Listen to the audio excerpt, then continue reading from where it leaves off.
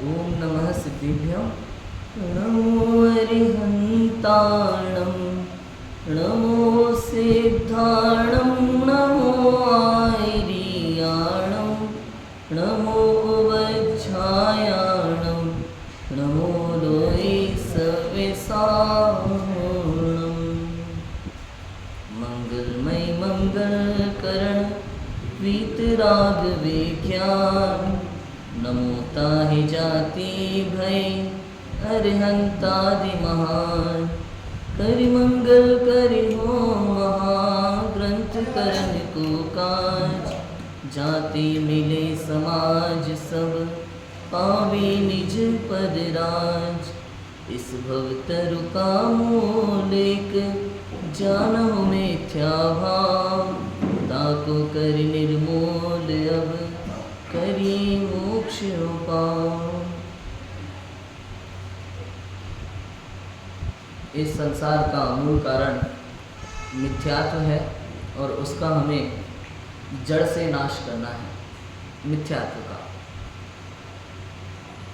जब भी आपको किसी भी जीव को सम्यक दर्शन होता है ना, तो उससे पहले की प्रोसेस जो होती है उसकी चर्चा यहाँ चल रही है। सम्यक सन्मुख मिथ्या दृष्टि का प्रकरण। जितने भी जीवों को आज तक सम्यक दर्शन प्राप्त हुआ है उनको सभी को सम्यक सन्मुख मिथ्या दृष्टि होना ही पड़ा है।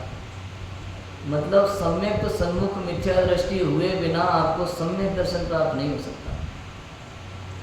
आज तक जितने भी जीवों को सम्यक दर्शन हुआ है, सम्यक सन्मुख मिथ्या दृष्टि इस स्टेज पर उनको आना पड़ा है। सम्यक सन्मुख मिथ्या दृष्टि हुए बिना किसी को सम्यक दर्शन होता नहीं। क्यों? क्योंकि ये सम्यक के सन्मुख है, दिशा है। अगर आपको ऊपर जाना हो घर पे तो सीढ़ी पे चलकर तो जाना ही पड़ेगा। ये वैसे ही सीढ़ी है, सम्यक सन्मुख मिथ्या दृष्टि जीव। कल हमने बहुत सारी बातें की थी कि क्या क्या योग्यता चाहिए सम्यक दर्शन प्राप्त करने के लिए, और जो जो योग्यता चाहिए उनमें से हमारे पास अभी क्या क्या है क्वालिफिकेशन। कि मंद कषायादि का कारण पाकर ज्ञानावर्णादि कर्मों का क्षयोपशम हुआ। ये अपने आप ऐसा हो गया, कुछ करना नहीं पड़ा। कौन सा पुण्य का उदय था, कौन सा कर्म का उदय था, कैसा निमित्त नैमित्तिक संबंध था कि मंद कषायादि का कारण पाकर ज्ञानावर्णादि कर्मों का ऐसा क्षयोपशम हो गया। ज्ञानावरण, दर्शनावरण, अंतराय सब कर्मों का ऐसा क्षयोपशम हुआ कि जिससे तत्व विचार करने की शक्ति हो। तत्व विचार करने की शक्ति इतना हमारे पास अभी है, ये योग्यता हमारे पास है। सभी संगी पंचेंद्रियों के पास ये योग्यता है, तत्व विचार करने की शक्ति चारों गतियों में है। चारों गति के सभी संगी पंचेंद्रिय जीवों के पास ये शक्ति है। कौन सी शक्ति है? तत्व विचार करने की शक्ति। सम्यक दर्शन प्राप्त करने का सामर्थ्य हमारे पास है, इतना तो है। लेकिन तत्व विचार नहीं कर पाता है, सांसारिक कार्यों में उलझा हुआ है, तत्व विचार नहीं कर पाता। तो उन्होंने कारण बताया कि क्यों नहीं कर पाता ये तत्व विचार, कि मोह इसका तीव्र है। मोह कैसा है? इसका तीव्र है। तत्व विचार ये जीव कब करता है? कि मोह मंद हुआ, जिससे तत्व विचार में उद्यमी हुआ। एक ही कारण आप देखो, मोह मंद हो तो ये जीव तत्व विचार में उद्यमी होगा। मोह मंद होना बहुत जरूरी है, बहुत बड़ा कारण है। जब तक मोह मंद नहीं होगा तब तक ये जीव तत्व विचार में उद्यमी भी नहीं हो सकता, हो ही नहीं सकता। ये बात है। अब ये जो मोह मंद हुआ, ये मोह मंद हम करेंगे कि होगा?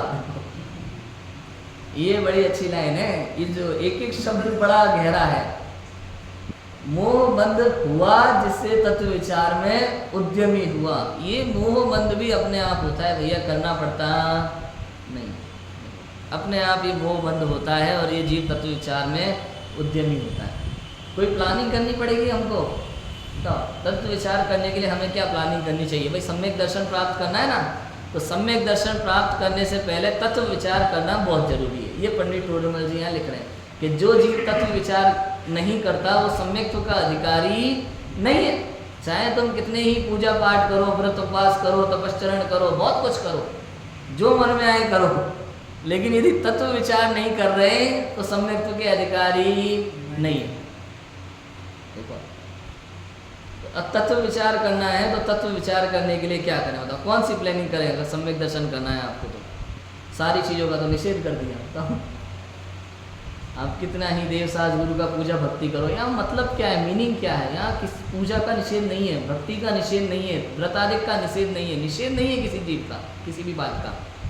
तो निषेध किस चीज़ का है? कि बिना विचारे करने का निषेध है। किसका निषेध है? बिना विचारे करने का निषेध है। आप यदि बिना विचार के खाली करना चाहते हो तो मना है, मन में। आप जब एग्ज़ाम देते हैं ना स्कूल में पढ़ाई करते समय, और अगर आप रट के चले जाओ तो क्या होगा सोचो, अगर आपने उसको समझा नहीं तो। 3 इडियट देखिए, याद है ना वो, क्या नाम है उसका, साइलेंसर। हाँ? बिल्कुल, आपने अगर मीनिंग नहीं समझा और कुछ का वैसा लिख दिया तो क्या होगा? ऐसा ही होता है। हम लोग क्या करते हैं, पूजा है, भक्ति है, सुना दी भगवान को, किसी कवि ने लिख दी और अपने भगवान को वैसी की वैसी सुना दी, उसमें क्या लिखा है ये पता ही नहीं है। अब बताओ कहाँ से? परिणाम ही निर्मल नहीं होंगे, वो भाव ही नहीं आएगा जब तक तत्व विचार नहीं होगा, जब तक उन शब्दों का मीनिंग समझ में नहीं आएगा। हम लोग 10th क्लास के पहले भी पूजा पाठ करते थे, विधान करते थे, कराते थे, और जब कोटा में शास्त्री की उसके बाद जो चेंज आया पढ़ने और पढ़ाने में, वो हम ही समझ सकते हैं। वो भाव एक अलग ही बनते हैं, कहीं और मन नहीं जाता। पहले बस वो गाने में ही मज़ा आता था, अभी उसमें मज़ा नहीं आता, अभी शब्दों का रस लेने में मज़ा आता है। देखो समझ में आया? तो इसलिए विचार बहुत ज़रूरी है। पूजा पाठ का अर्थ समझो, मीनिंग समझो, उनका क्या लिखा है शब्दों में। जब आप विचार करोगे ना तो आप दूसरे के लिखे शब्दों को सुनाने में इंटरेस्ट नहीं रहेगा, आपकी खुद की भक्ति की रचना हो जाएगी। बैठे बैठे आप भगवान को निहारो। जरूरी नहीं है देखो भगवान की भक्ति पद्य में हो, पूजा पद्य में हो, गद्य में भी हो सकती है कि नहीं हो सकती? बताओ। भक्ति, पूजा, आरती, इसका शब्द का अर्थ क्या है, मतलब क्या है? भगवान का गुणगान। एक ही अर्थ है, दूसरा कोई अर्थ नहीं है।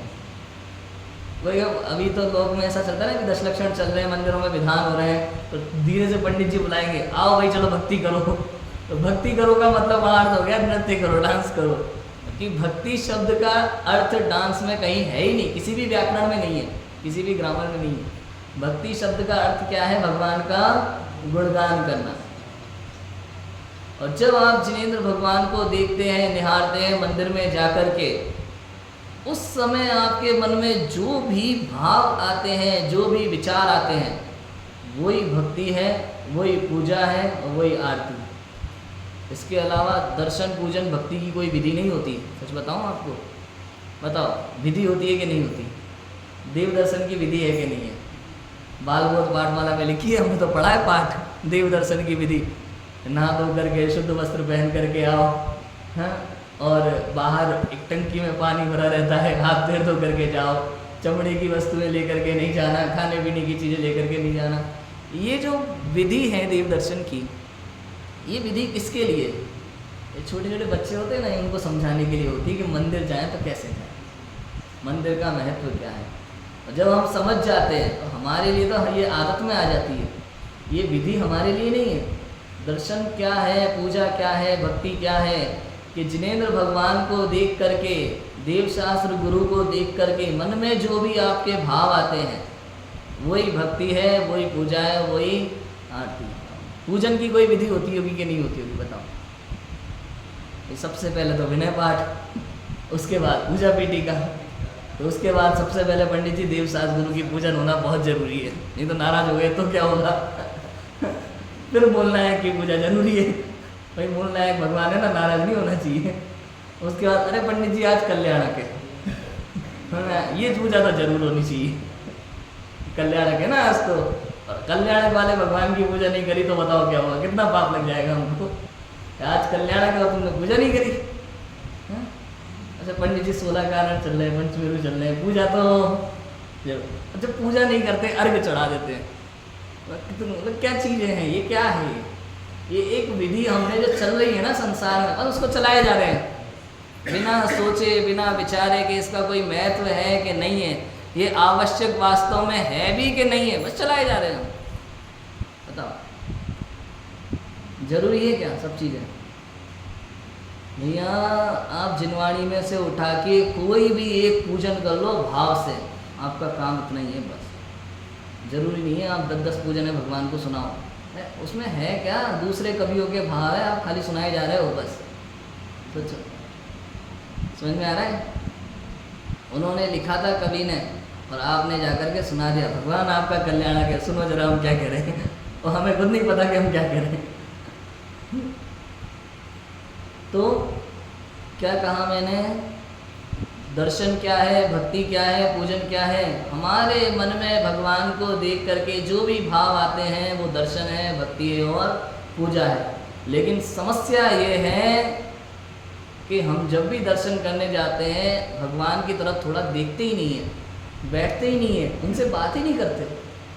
हम तुरंत उठा करके जिनवाणी लेके आएंगे और पढ़ना शुरू कर देंगे। हमारे भावों का क्या? हाँ, ये तो दूसरे कवि के भाव है ना। अपन ने केवल रवि किरणों की पूजन करी मान लो, तो ये केवल रवि किरणों की पूजन में जो भाव है वो किसके भाव है? तो युगल जी बाबूजी के भाव है, तो उनके परिणाम है, तो हमने सुना दिया। अगर आपको मीनिंग समझ में आ रहा है, आप भाव पूर्वक उनका शब्दों का आनंद लेके गाते हैं, तो वो आपके भी भाव हो गए, उसकी चिंता मत करना। नहीं तो कल से आप कभी नहीं दूसरे कवियों की पूजन करना ही नहीं है, हम बैठेंगे। लेकिन बिना समझे कोई मतलब नहीं निकलता, समझ करके करो जो भी करना है, ठीक है? और जब आप ऐसे करते हो ना समझ समझ के, तो आपकी खुद की पूजनें लिखी जा सकती हैं, आपकी खुद की भक्तियाँ लिखी जा सकती हैं, क्यों? क्योंकि वो आपके भाव हैं। लेकिन समस्या ये है कि हम अपने भाव लाते ही नहीं है मन में, दूसरों के है ना, वो भी बेस्ट कर देते हैं, बस हो गया काम। ये है तत्व विचार में उद्यमी कब होगा ये जीव, बताओ? मोह मंद होगा तो तत्व विचार में उद्यमी होगा, और ये मोह का मंद होना ये हमारे हाथ में नहीं है। ये एक विशेष जाति का कर्म का उदय है, ये समझ लो आप। क्या है ये? एक विशेष जाति का कर्म का उदय, कर्म का क्षयोपशम। समय सार की 5वीं गाथा में प्रभाचंद्र आचार्य की टीका, जिसका काम हमारा चल रहा है, उसमें प्रभाचंद्र आचार्य ने यही लिखा सेम टू सेम कि विशिष्ट जाति के कर्म के क्षयोपशम की आवश्यकता है सम्यक दर्शन के लिए, उससे पहले तत्व विचार के लिए। विशिष्ट जाति के कर्म के क्षयोपशम की आवश्यकता है, आप देखो। और ये कर्म का क्षयोपशम ये हमारे हाथ में नहीं। कर्म क्या है? कर्म पुद्गल है। क्षयोपशम किस में होता है? ज्ञान में होता है कि कर्म में होता है? क्षयोपशम ज्ञान में होता है कि कर्म में होता है?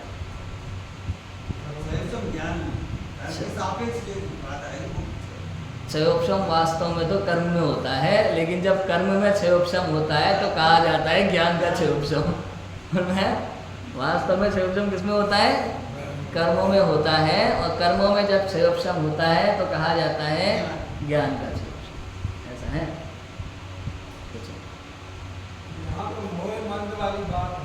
हाँ,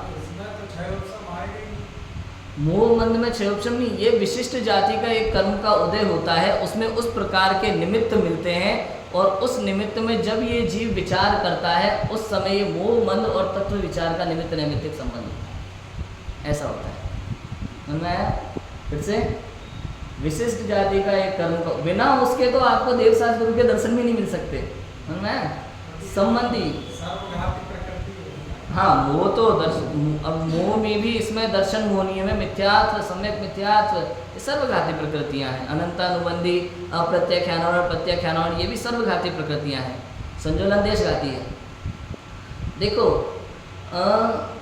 कहना ये है, यहाँ पे कहना ये चाह रहे हैं मोह मंद हुआ जिससे तत्व विचार में उद्यम हुआ, इस बात से ये कहना ये चाहते हैं कि एक विशिष्ट जाति का कर्म का उदय आता है, जिसके कारण से ऐसे निमित्त मिलते हैं, उस समय इसको तत्व विचार करने की शक्ति। ये निमित्त नैमित्तिक संबंध है। बात समझ में आ गई? बिना कर्म के उदय के आपको देवसाज गुरु के दर्शन नहीं मिल सकते, नहीं मिल सकते। तत्व विचार करने की बात बहुत दूर है। अभी वाणी सुनने मिल जाए ये बहुत बड़ी बात है, और उसमें प्रयोजन भूत तत्व की बात सुनने मिल जाए ये महापुण्य का उदय है। और हम बहुत सौभाग्यशाली हैं कि हमें ये तत्व सुनने मिल रहा है, बहुत सौभाग्यशाली हैं हम। इसलिए कहा तत्व विचार में उद्यम हुआ। उद्यम हुआ कब? मोह मंद हुआ। इसके आगे क्या शर्त कि बाह्य निमित्त देव गुरु शास्त्रादि का हुआ और उनसे सच्चे उपदेश का लाभ हुआ। सच्चे उपदेश का लाभ हुआ। लाभ हुआ मतलब समझे? सच्चा उपदेश प्राप्त होना एक अलग बात है और सच्चे उपदेश का लाभ होना अलग बात है। इन दोनों बातों में अंतर है। सच्चा उपदेश बहुत लोगों को प्राप्त हो सकता है। आप बताओ कितने लोग बाहर बैठ जाते हैं, सुनते हैं, समझते हैं उपदेश का लाभ, लेकिन लाभ तब माना जाएगा जब उसके अंदर में वो बात ग्रहण हो आपके साथ। ये इसका नाम है सच्चे उपदेश का लाभ हुआ। उपदेश सुनना एक अलग बात है और उसका लाभ होना अलग बात है। अब दो प्रकार की शक्ति हो गई यहाँ पे, दो प्रकार की योग्यता हो गई इस चीज में। एक तो जो उपदेश सुन सकते हैं और एक वो जिनमें ग्रहण करने की भी शक्ति है। इसके लिए भी अलग अलग क्षयोपशम होता है। कई जीवों का ज्ञानादि वर्णादि कर्मों का क्षयोपशम ऐसा होगा कि वो सुन तो लेंगे लेकिन उन्हें समझ में नहीं आती वो बात। होता है कि नहीं होता? कई लोग कहते हैं यार हम तो घंटों घंटों बैठते लेकिन कुछ समझ में नहीं आता। और कुछ ऐसे जीव जिनको बड़ी जल्दी समझ में आ जाती है बात। अब मुझे देखो, मैं कभी मैथमेटिक्स समझ में नहीं आई। स्कूल कॉलेज की किताबें, इतिहास की किताबें, कौन कब पैदा हुए थे, कौन से सन में हुए थे, कुछ समझ में नहीं आता। लेकिन जैन दर्शन की सारी बातें बड़ी जल्दी समझ में आ जाती हैं। अलग अलग जाति का कर्म का क्षयोपशम होता है सब जीवों को, और किसी को ये बात समझने में बहुत टाइम लगता है और वो लौकिक पढ़ाई बड़ी जल्दी समझ में आ जाती है। किस जाति का कर्म का उदय है प्रत्येक व्यक्ति के लिए। अब देखो ये जो कर्म का उदय है ना, अब कर्म का उदय है तो कर्म बंधा भी होगा, तब तो उदय में आया, और बंधा होगा तो उस समय कोई परिणाम बना होगा। तो आप देखो प्रति समय हमारे जो परिणाम हो रहे हैं उन परिणामों से भिन्न भिन्न प्रकार के कैसे कैसे कर्मों का बंध हो रहा है प्रति समय। सब चीज के लिए उदय है। आज ये मैंने जो ब्लू कलर का कुर्ता पहना है इसके लिए कौन सा परिणाम होगा बताओ कि ये कुर्ता मिला है। आपने शर्ट पहनी है, किसी ने पिंक कुर्ता पहना है या किसी ने कुछ और, तो सबके भिन्न भिन्न परिणाम रहे होंगे और ये भिन्न भिन्न प्रकार का उदय है एक एक चीज के लिए। एक ही सब्जी में किसी को नमक ज़्यादा लगता है, किसी को कम लगता है। बताओ जिसको ज़्यादा लग रहा है उसके किस परिणाम के कर्म बंधा होगा और कौन सा कर्म उदय में आया है, और जिसको कम लग रहा है उसके परिणाम भिन्न रहे होंगे। भिन्न भिन्न परिणामों से भिन्न भिन्न कर्म का बंध हो रहा है और वो उदय में आ रहा है। ऐसा है। बाह्य निमित्त देव गुरु शास्त्रादि का हुआ, उनसे सच्चे उपदेश का लाभ हुआ। यहाँ 100 लोग बैठे हों, उनमें से किसी एक को समझ में आए उसको लाभ हुआ और बाकी सबको सच्चा उपदेश तो मिला लेकिन लाभ नहीं हुआ। ऐसा है। ग्रहण करने की सामर्थ्य चाहिए। निमित्त तो यही रहे, सच्चे देवसात गुरु। हाँ हमारी कर्म की प्रति धीरे बढ़ेगी, हाँ यही के निमित्त से होंगे। हाँ बिल्कुल बिल्कुल 100%। बिना देवसाज गुरु के निमित्त से कुछ नहीं भैया। सम्यक दर्शन में जो अधिगमज वाली बात है ना, उसका मतलब ही यही है। और किसी भी जीव को सम्यक दर्शन हो तो निसर्गज और अधिगमज दोनों प्रकार से ही होता है, नियम से। और मुख्यता की अपेक्षा से कह देते हैं भाई इनको निसर्गज और इनको अधिगमज, बाकी तो दोनों ही होते हैं। नरक में भी सम्यक दर्शन हो, तिर्यंश में भी हो, तो पूर्व भव की देशना बिना देवसाज गुरु के निमित्त से नहीं। अरे पूरा जैन धर्म ही सर्वज्ञ भगवान पे टिका हुआ है। अगर सर्वज्ञ भगवान माइनस कर दो तो जैन धर्म खत्म, कुछ भी नहीं है फिर जैन धर्म में। इसलिए कहते हैं वो सर्वज्ञ शासन जयवंत वर्तो। सच्चे उपदेश का लाभ हुआ। समझ में आ रही है बात? ग्रहण करने की सामर्थ्य, इसका नाम है सच्चे उपदेश का लाभ। प्रयोजन भूत तत्व की बात सुनने तो मिल गई पुण्य के उदय से, लेकिन आपने वो ग्रहण कर पाई कि नहीं कर पाई, ये बात है, महत्वपूर्ण बात है। और ये ग्रहण कब होता है? जब मोह मंद होता है तब होता है, नहीं तो नहीं होता। आप यहाँ बैठे हो, दिमाग में घर की बात चल रही है, समझ में आया? सुन तो लिया, सुनने में आ रहा है, लेकिन दिमाग में कुछ और ही चल रहा होता है, इसलिए लिखा। एक और बात बताऊं, अभी इसमें एक बात आती है, पीछे ही है मोक्ष मार्ग प्रकाशक में, जब करण लब्धि का प्रकरण शुरू करते हैं ना पंडित टोडरमल जी, वहाँ एक बात लिखते हैं कि करण लब्धि से पहले क्या करता है ये जीव? आत्मा में उपयोग को आत्मा में तद्रूप करता है। क्या करता है? तद्रूप करता है। इसका मतलब क्या होता है पता है? तद्रूप करना, जैसे आप समझ लो, कोई व्यक्ति जब पढ़ाई करता है ना, स्कूल में बैठा हो, पढ़ रहा हो, टीचर पढ़ा रहे हैं, और वो पता नहीं कहाँ खोया हुआ है अपने ख्यालों में। अब शिक्षक ने पढ़ा दी कोई बात और उन्होंने देखा कि इसका ध्यान नहीं है, और जब वो पूछते पता क्या पढ़ाया, कुछ और ही बताता होता है वो। पर मैं जैसा शिक्षक ने पढ़ाया दिल्ली में कुतुब मीनार है, क्या पढ़ाया? दिल्ली में कुतुब मीनार है, और उस बच्चे का ध्यान नहीं था। वो बच्चे से पूछ लिया, बताओ क्या बताया मैंने? कि सर दिल्ली में कुत्ता बीमार है। समझ में आ रहा है? मतलब उसका ध्यान कहीं और था। ये ऐसे ही अब आप ये देखो, ये जो खोया हुआ है ना, जिस जगह पे खोया हुआ है, बाहर में क्या चल रहा है उसकी उसको खबर नहीं है। एक जगह उपयोग को तद्रूप करना ये कहलाता है। ऐसे ही कोई जीव जब आत्मा में उपयोग को तद्रूप कर लेता है, बाहर में भले बैंड बाजा बजे, जोर जोर से चिल्लाए लोग, अपने कान के पास आके शहनाइयाँ बजाएं, जैसे कुंभकर्ण को जगाया जाता है ना, हाथी को लाके रखा सूंड से चिल्ला रहा है वो कान में, बिल्कुल ऐसे कान में आके कोई चिल्लाए, फिर भी हमारा ध्यान नहीं जाए। इसको कहते हैं आत्मा में उपयोग को तद्रूप करना। ऐसा तद्रूप होता है उपयोग, ठीक है। और सच्चे उपदेश का लाभ होता है, ग्रहण होता है, मोह मंद होता है, तत्व विचार होता है। ये सारी चीजें लगाना।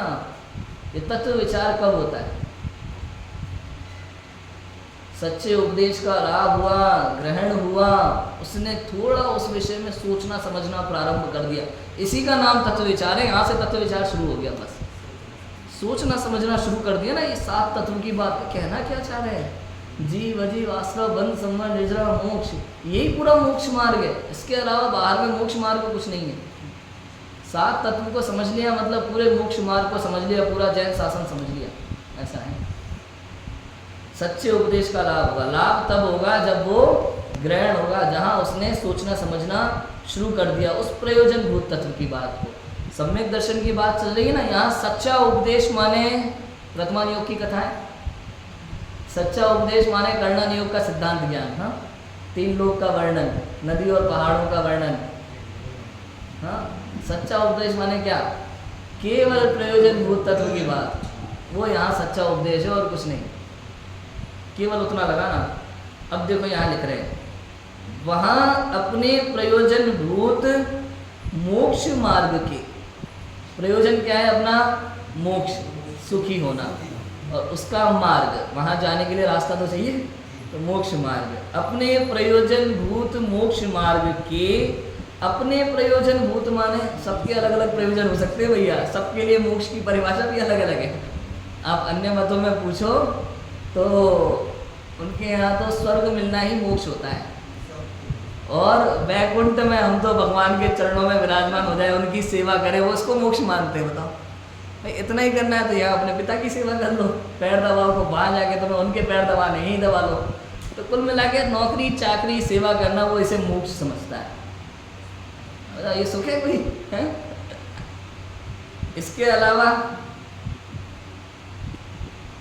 और अन्य मतों में कहाँ कहाँ भाई ये सब करने से जन्नत जाएंगे वो मोक्ष है, तो जन्नत जाएंगे, वहाँ 72 बुरे इंतजार कर लेंगे, ये मोक्ष है उनके लिए, यही उनके लिए सब कुछ है। लेकिन हमारे लिए मोक्ष मतलब ये नहीं है। हमारे लिए मोक्ष अपना प्रयोजन मतलब क्या? अतीन्द्रिय सुख का आनंद, ऐसा सुख जिसके बाद कभी दोबारा जीवन में दुख ना आए, ये हमारे लिए मोक्ष है। अनंत सुखी होना, ये हमारे लिए मोक्ष। तो वहाँ अपने प्रयोजन भूत मोक्ष मार्ग के देव गुरु धर्मादिक के जीवादि तत्वों के तथा निज पर के और अपने को अहितकारी हितकारी भावों के इत्यादि उपदेश से सावधान होकर ऐसा विचार किया कि अहो मुझे तो इन बातों की खबर ही नहीं। जब देवसास गुरु धर्म का उपदेश चल रहा हो, अब लोगों को पता तो है नहीं बहुत सारी बातें, उनके लिए देव मतलब क्या, मंदिर में जो भगवान बैठे हैं वो देव है, वो क्या है क्या नहीं है वो नहीं पता। हमें भी नहीं जानता था 10th क्लास तक, हमें भी क्या पता था। हमने जब किसी से पूछा भगवान कौन है, इनकी पूजा क्यों करते हैं, मैं छोटा था, मेरे मन में तो बहुत छोटे से प्रश्न उत्पन्न होने लगते थे।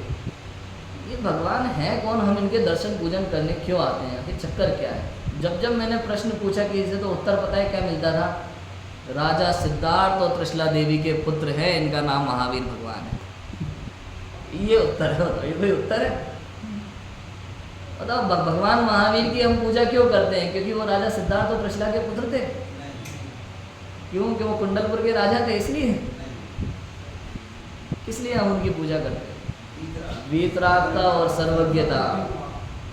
जैन धर्म में अभी तो चलो ऑनलाइन जमाना है, पाठशालाएं चल रही हैं, शिविर चल रहे हैं, 10 लक्षण में विद्वान जगह जगह जा रहे हैं, अभी बहुत सारे लोग समझ गए। नहीं तो आज से 10 साल पहले 15 साल पहले का समय देख लो आप, वीतराग सर्वज्ञता का अर्थ नहीं पता था। ये पंचम काल है, उतार चढ़ाव चलता रहेगा। अभी थोड़ा चढ़ाव है, अभी आगे उतरेगा और बुरी हालत हो जाएगी, फिर दोबारा चढ़ेगा। ऐसे ही होगा धर्म पंचम काल में।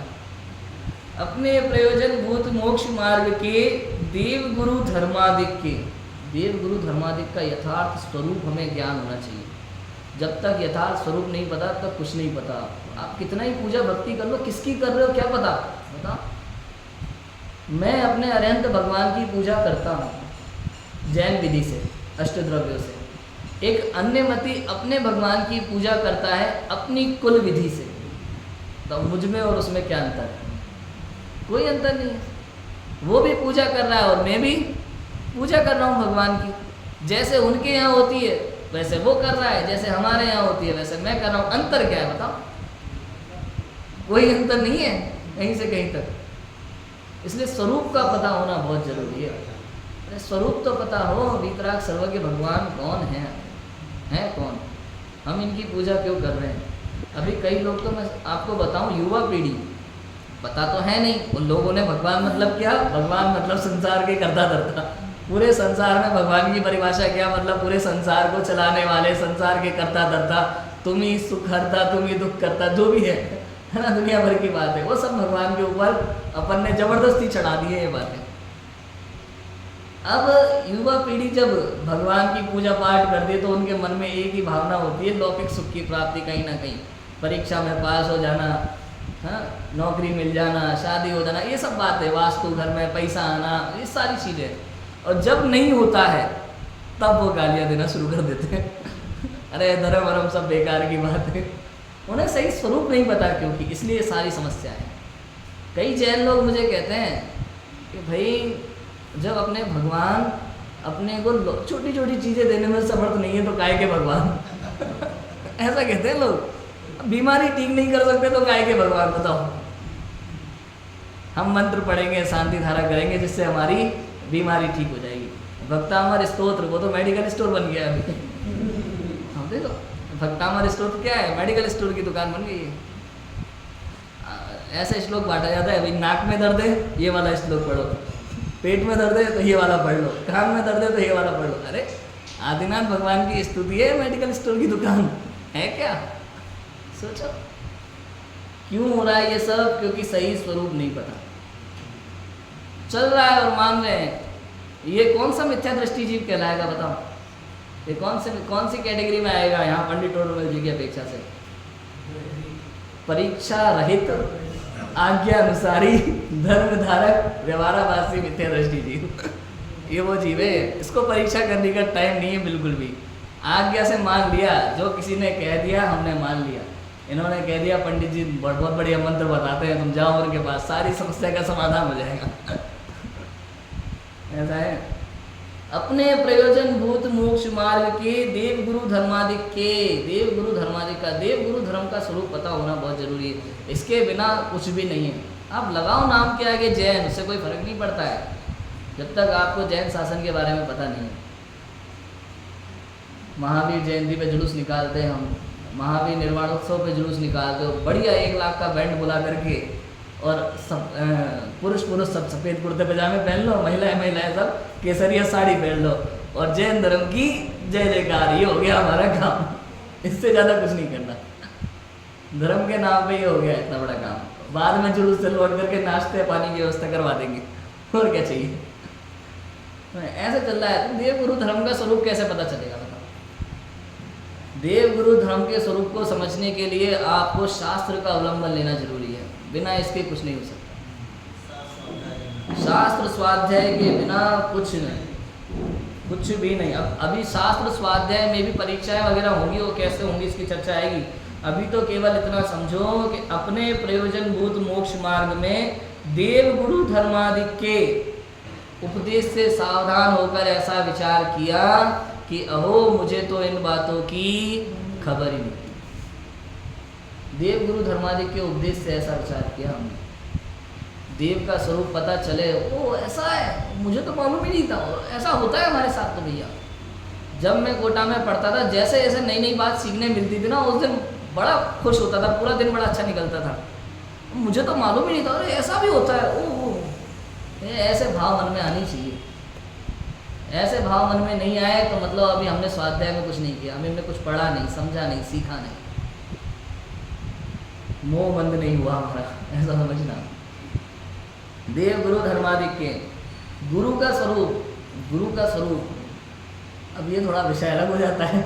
गुरु का स्वरूप, कई लोग तो ऐसे कहते हैं भाई आप श्रावक होके गुरु के स्वरूप में विचार कैसे कर सकते हैं? अरे भैया श्रावक को ही अधिकार है गुरु के स्वरूप में विचार करने का, गुरु को थोड़ी है।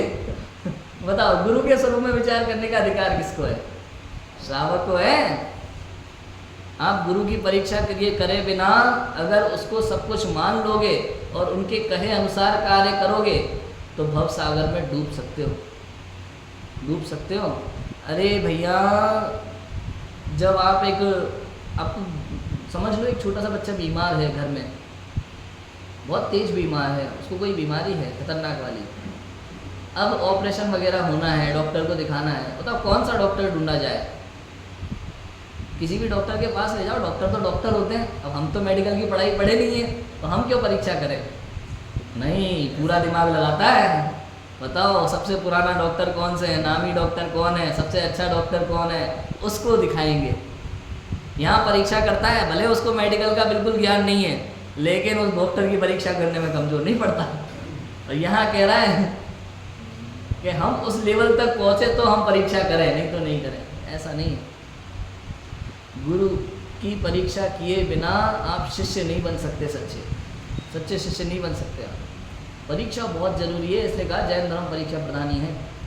यदि आपको सुख चाहिए ना, आपको अगर भगवान बनना है और आपने वीतराग भगवान आदिनाथ से महावीर, वीतराग सर्वज्ञ भगवान, यदि आपने इनको समझ लिया, आप कम से कम इनको तो मानते हो ना।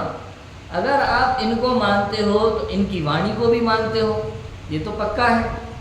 अगर आप जिनेंद्र भगवान को मानते हो तो इनकी वाणी को भी मानते हो। और अगर उसमें लिखा है कि विषया शाव शाति तो निरारंभो परिग्रह ज्ञान ध्यान तपो रक्त तपस्वी स प्रशस्यते, ये लिखा है, तो क्यों लिखा होगा बताओ? समंत आचार्य ने ये क्यों लिखा होगा? उनका टाइम पास नहीं हो रहा था वहाँ, उन्होंने क्यों इतनी मेहनत की? कई लोग ऐसा मिलते हैं कि भाई देखो आप तो चतुर्थ काल की बात करते हो, चतुर्थ काल की चर्या की बात करते हो, है ना, सच्चे मुनि चतुर्थ काल की चर्या। ऐसा नहीं है। ये जो शास्त्र में बात लिखी है ना, ये पंचम काल के मुनिराजों ने लिखी है और पंचम काल के श्रावकों के लिए लिखी है। रत्नकंठ श्रावकाचार्य ग्रंथ किसके लिए लिखा है? मुनिराजों के लिए या श्रावकों के लिए? श्रावक का आचार, इसका नाम श्रावकाचार। पहले ही अधिकार में जब सम्यक दर्शन की बात की तो वहाँ सबसे पहले क्या लिखते हैं? देव शास्त्र गुरु का स्वरूप लिखते हैं। क्यों? क्योंकि देव शास्त्र गुरु के स्वरूप को समझे बिना आप सम्यक दर्शन प्राप्त नहीं कर सकते।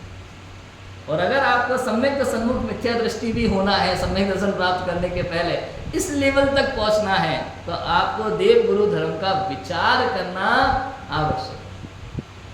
समझ में आई बात? ऐसा है। सोचो, हम इस भूमिका में परीक्षा कर सकते हैं कि नहीं कर सकते गुरु की? बताओ।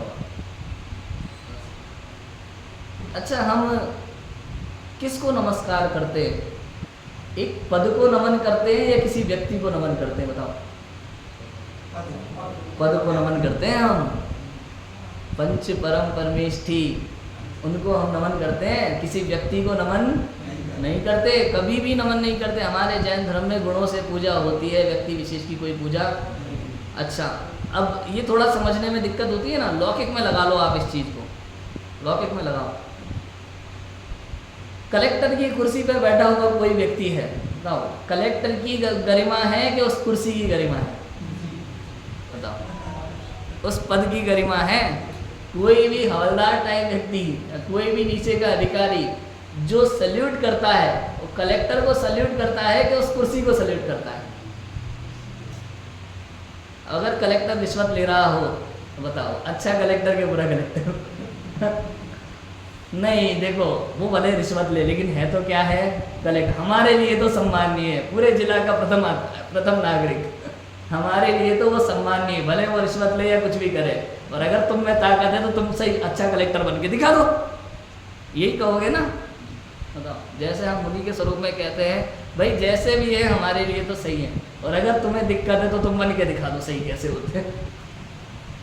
बहुत बड़ा प्रश्न है भाई, हम नहीं बन पा रहे, ये हमारी स्वीकृति, हम स्वीकार कर रहे हैं कि कमज़ोर है, कमजोरी है हमारी, स्वीकार है हमें।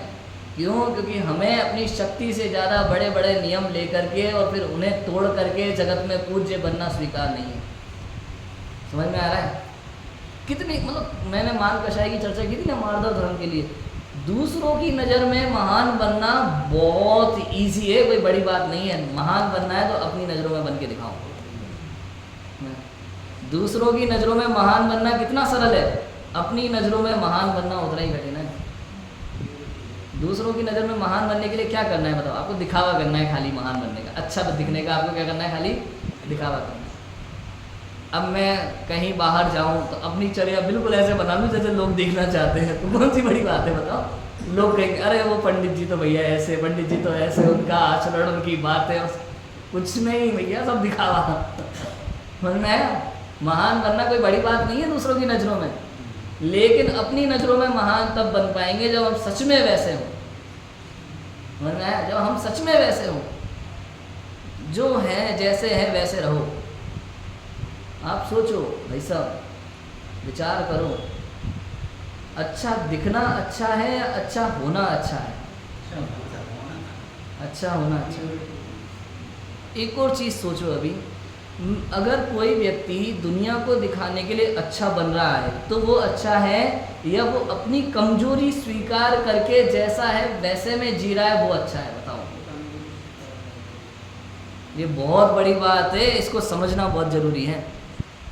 आप दुखी मत हो ना। कई बार क्या होते हैं, हम अपने से अच्छे व्यक्ति को देख करके दुखी हो जाते हैं और फिर हम उसके जैसा बनने का नाटक करने लगते हैं, नाटक करने लगते हैं और फिर उससे महान मान लेते हैं अपने आप को। नाटक करते करते होता है कि नहीं होता? शुरू में तो क्या कर रहे थे, केवल उसके जैसा बनने का नाटक कर दो, नाटक करते करते अपने आप को उससे भी महान मान लेते हैं। यही तो होता है। इससे अच्छा है आप जबरदस्ती महान बनने की कोशिश मत करो। जो आपकी भूमिका है उस भूमिका को समझो और उसको स्वीकार करो बस। अगर कमजोरी है तो उस कमजोरी को स्वीकार करो, उसका बढ़ावा मत करना। ये मत कहना अच्छा है, बस मुझसे नहीं छूट पा रहा, स्वीकार कर लेना। चाय पीते हैं लोग, अब तो चाय पीना अच्छी बात है कि बुरी बात? नशाकारक पदार्थ है, बुरी चीज़ है, छोड़ने योग्य है। अब कई बार क्या होता है, चाय पीने में कोई दिक्कत नहीं, चाय तो पी सकते हैं, ये समस्या है सबसे बड़ी। ये हमारी समस्या है। क्यों? क्योंकि हमने उसे अच्छा मान लिया। सब लोग पी रहे हैं, सब लोग पीते हैं ना, हमने अच्छा मान लिया, सब पीते तो कोई दिक्कत ही नहीं है। बहुत बुरी बात है। जो गलत है वो गलत है, कुल मिला के बात ये मत कहो कि ये अच्छा है। हम कर रहे हैं इसका मतलब ये नहीं जो हम कर रहे हैं वो सब अच्छा हो गया। ऐसी बहुत सारी चीज़ें हो सकती है हमारे जीवन में जो गलत है, और हमें उन चीज़ों को स्वीकार करना ही चाहिए, नहीं तो नहीं समझ पाएंगे। हम केवल गुरु के स्वरूप की चर्चा नहीं कर रहे, अपनी भी बात करके देख रहे हैं। समझ में आया? सच्चे गुरु विषयाशाव शाति तो निरारंभो परिग्रह ज्ञान ध्यान तपो रक्त तपस्वी स प्रशस्यते। ऐसे हमारे दिगंबर मुनिराज होते, विषय आशाओं से सर्वथा रहित होते हैं, सर्वथा रहित होते हैं।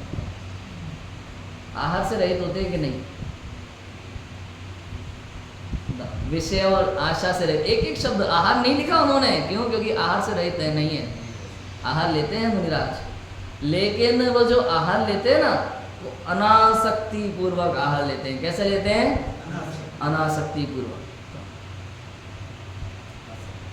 आसक्ति भाव नहीं होना चाहिए भोजन में। यदि आपका आसक्ति भाव है, अरे मुझे तो ये चाहिए ही चाहिए, इसके बिना मेरा काम नहीं चलता, ये आसक्ति है, तीव्र आसक्ति है। और अनासक्ति भाव शुद्ध भोजन चाहिए भाई, कुछ भी मिल जाए थोड़ा सा लेकर के हम फ्री, अनासक्ति भाव है। और मिले तो ठीक, नहीं मिले तो ठीक, अनासक्ति भाव है। भले त्याग नहीं किया हो, मिले तो ठीक, नहीं मिले तो ठीक, क्या है? अनासक्ति का भाव है। चाहिए ही नहीं, जरूरत ही नहीं है, सहज रहो। ये हम सबके जीवन में आना चाहिए, सहजता। सहजता से बड़ा कुछ नहीं है। और परिस्थिति कैसी भी बन जाए हमारे जीवन में, हमारे जीवन में क्या होना चाहिए? सहजता होना चाहिए। कोई हमसे कुछ कह रहे तो सहज भाव धारण करो, कुछ भी हो जाए तो सहज भाव धारण करो। बहुत जल्दी आप बबूले हो जाते हैं हम, बहुत जल्दी विचलित हो जाते हैं। यही कंट्रोल है, सहज रहो। और ये सहजता कैसे होती है? करनी पड़ती है, बताओ। सहज कैसे होंगे? करेंगे, सहज भाव मन में लाना पड़ता है। अरे स्वाध्याय और तत्व विचार से स्वयं जीवन में सहजता आने लगती है, नहीं तो नहीं आएगी। किसी को देख देख करके नहीं आती है, कहने सुनने से नहीं आती है। अपने स्वाध्याय और चिंतन से जब ग्रहण होने लगता है, तब यह सहजता हमारे जीवन में स्वयमेव आ जाती है, स्वयमेव आ जाती है। फिर कोई भी कुछ भी कहे, आप बताओ, आपके ऊपर जब जलती हुई सिगड़ी रख दे कोई, तो बताओ सहज रह पाओगे? गजकुमार मुनिराज की तरह वो सहजता कैसे आई? वो इतनी उत्कृष्ट सहजता तो तीन कसाय चौकड़ी के अभाव पूर्वक ही हो सकती है, नहीं तो हो ही नहीं सकती, हो ही नहीं सकती। बताओ, बाय वेश से हो जाती है क्या? सब वाली नहीं है। लेकिन हाँ, तत्व विचार भी अगर है ना, तो भी हो सकता है। एक मुनि की भूमिका में द्रव्यलिंगी मुनि भी ऐसा उपसर्ग सहन कर सकते हैं, पता है आपको? द्रव्यलिंगी मुनि भी ऐसे उपसर्ग सहन कर सकते हैं, बिल्कुल भावलिंगी जैसे। तत्व विचार में भी इतनी सामर्थ्य है, भले सम्यक दर्शन नहीं हुआ वो, स्वाध्याय में इतनी सामर्थ्य शक्ति है, ऐसा हो सकता है। इसलिए अपने प्रयोजन भूत मोक्ष मार्ग के देव गुरु धर्मादि के जीवादि तत्वों के, देव गुरु धर्म का निर्णय बहुत अच्छे से होना चाहिए भैया, इसके बिना कुछ नहीं। देव गुरु धर्म का निर्णय, सही निर्णय होना अत्यंत आवश्यक है। अच्छा, निर्णय नहीं हो तब तक क्या करें? जब तक निर्णय नहीं होता तब तक क्या करें? केवल और केवल विचार करो। क्या करो? विचार करो, ये है कि ये है, ऐसा होना चाहिए कि ऐसा होना चाहिए। अपने प्रयोजन, ये प्रयोजन शब्द ध्यान रखना, मेरा प्रयोजन इसमें है कि नहीं, इस प्रकार से देवगुरु धर्मादि का निर्णय होगा। और जब तक निर्णय नहीं हो तब तक बारंबार परीक्षा करो, बारंबार विचार करो, शुरू से करो। ऐसा लगे कि नहीं, काम नहीं हो रहा है, गलत हो रहा है, तो शुरू से करो, दोबारा निर्णय करो। जैसे कई बार हम कोई काउंटिंग करते हैं ना, हिसाब किताब का, और जब हमें लगता है नहीं, जोड़ घटाव सही नहीं आ रहा है, तो हम क्या करते हैं? शुरू से देखते हैं। जब ये क्राइम सॉल्व करते हैं ना ये लोग, जब ये इनको कुछ समझ में नहीं आता है तो कहते नहीं, शुरू से देखो पूरा क्या क्या हुआ था। ऐसे फिर से दिमाग कहाँ गलती हो रही है वो पकड़ में आती है शुरू से देखने में। देव गुरु धर्मादि के जीवादि तत्वों के तथा निज पर के और अपने अहितकारी हितकारी भावों के इत्यादि के उपदेश से सावधान होकर ऐसा विचार किया कि अहो मुझे तो इन बातों की खबर ही नहीं। ये विचार आना चाहिए। अभी हमने आज देवसास गुरु के संबंध में बात करी, निर्णय के बारे में, कि देवसास गुरु का निर्णय होना कितना आवश्यक है। अब कल हम बात करेंगे जीवादि तत्वों की, तत्वों का निर्णय कितना आवश्यक है और तत्व का निर्णय कैसे करना चाहिए और हम कहाँ भूल करते हैं। हम सांसारिक जीवन में अपनी वर्तमान अवस्था में क्या क्या भूल कर रहे हैं तत्व निर्णय में, इस विषय पर हम चर्चा करेंगे विशेष रूप से। उसकी चर्चा कल करेंगे। अभी की बात को विराम देते हैं। ओम नमः शिवाय।